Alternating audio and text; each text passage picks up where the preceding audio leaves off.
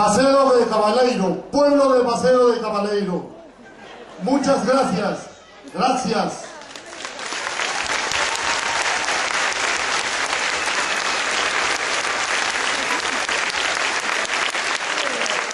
Gracias por esa acogida, gracias por sus aplausos, gracias por ese caluroso y amable recibimiento que hemos tenido acá de este pequeño y humilde colectivo peruano.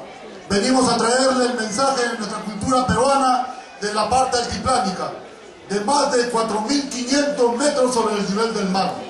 Un mensaje de unidad, un mensaje de paz, un mensaje de dignidad para vivir como ser humano. Gracias nuevamente y nos vamos a despedir.